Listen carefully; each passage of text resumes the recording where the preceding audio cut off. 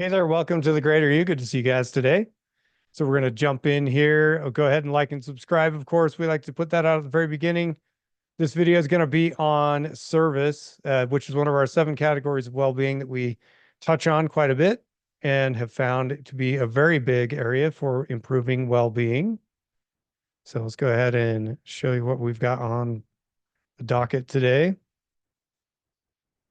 So, you know, here we are, our take on service, right? So this is kind of an important thing to think about. Why is this a category? Why is this one of our 7 areas of well-being that we talk about a lot? Service is essential for it. The way we look at it is it's an essential ingredient for creating the fabric of society, right? If you have a bunch of people, let's say you take 10 people and you give them all their own dwelling and they live out separately from one another, and those 10 people never communicate with each other. They don't work collectively to like build or maintain any roads to connect their homes together.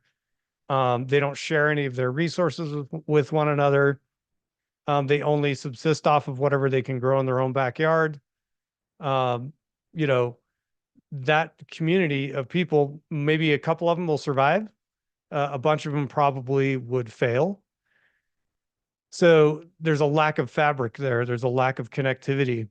And service is that fabric creator. It creates the fabric of society that keeps communities strong and vibrant. So take that same thought experiment and think of it this way. Take those same 10 people and put them in a community type of thing. They all have their own dwelling, and each person in those 10 homes all have a different role to play, right? One person's gonna plow the road if it's snowy. One person's gonna take the trash out from the neighborhood. One person's gonna go, hit up the grocery store and deliver groceries. And they're working more as a collective group, looking out for one another. You know, in theory, that could work really well. Of course, that model fails only when selfishness comes in and breaks the system down. One person wants more for themselves than for the others. So you can see we're constantly at war with this thing called selfishness. And that is the root of, we've talked a lot about self-betrayal. It's the philosophical kind of basis for everything we talk about, and is totally linked in with what we see in positive psychology. Positive psychology basically is reinforced that the concept of self-betrayal or self being overly self-focused is the problem, right? That if we're just obsessed with ourselves and our own well-being, we end up actually pretty miserable creatures, human beings are. So we are social creatures. So our take on service is that it is an essential ingredient, right? So if you have that 10 people living in the community and they all do their part and get out of their own way and try and kind of keep everyone going, that group of 10 homes are going to have much better outcomes than those that were living isolated and having no connectivity with one another. So let's talk about a couple of ideas here. So why do we want to do that beyond, the fabric that we talked about?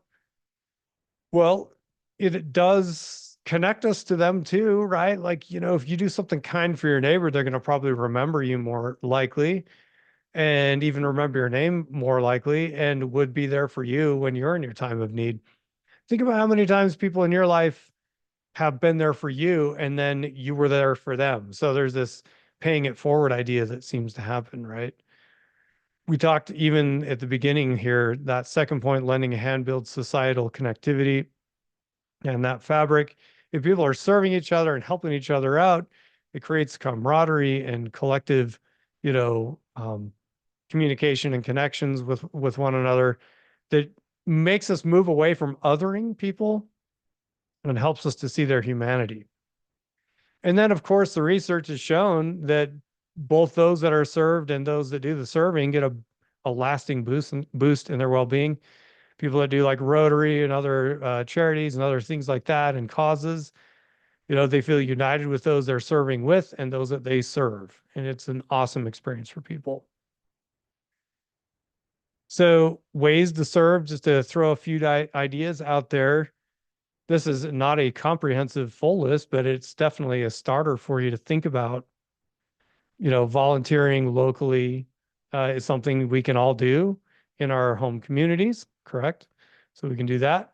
You can do it, in organizations. There's lots of nonprofits that have opportunities to serve. I run a nonprofit with some of our colleagues, and the volunteering that we've seen that we've been able to do in that nonprofit and that we've seen people in our community do has been just awesome. We've had festivals and cool experiences, and everyone walks away feeling so joyful with volunteerism. Friends and neighbors, you've got people that live near you. You've got friends, people that you try and stay connected with, and reaching a hand out. When you get that little nudge of like, oh man, I haven't called my buddy, Jed in a while, call him. That's a small way to just reach out and serve by, checking in on a friend. Neighbors, right? If there's a neighbor going through a hard time, you won't know that unless you're connected to them, right? So doing small acts of kindness to those friends and neighbors can bridge gaps and connect you to your friends and neighbors. I think in contemporary society, we all, myself included, can become quite technologically isolated. So, I'm reaching out to you guys via YouTube, but I also need to make sure that I'm reaching out to my actual physical neighbors and seeing how they're doing, right? And that's an important way to find ways to serve. Financial donations can certainly help people, different organizations.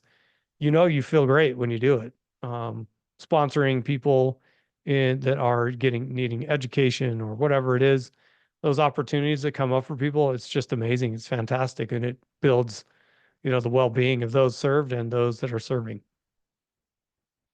A way to serve could be something as easy as a sincere compliment. You're at the grocery store and you can see that, the checker is working really hard. Pay it forward, let them know, like, hey, I've noticed that you've worked really hard and I appreciate your hard efforts in your job, whatever it is. A sincere compliment in that moment might change their day. And that is certainly a way to serve.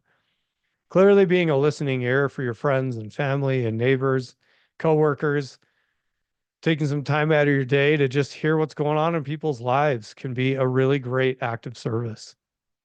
And then paying kindnesses forward in whatever way you can. We've all heard those stories and seen them float around social media of someone's in a line at a drive-through wherever, and the person in front of them paid for their food or whatever, and it just makes them feel amazing, right? And it's usually done anonymously, and then they end up posting on social media, wow, this person bought my whatever sandwich that I was buying at a Subway today or something, and it just makes people feel so great. So there's lots of different ways to do it. What we'd love to hear from you guys is, what ways have you found work really well for you in developing opportunities to serve? And then also, how do you feel when you are served, and how do you feel when you serve? How do you feel when you reach a hand of help out to those in need? For me, it's been life-changing.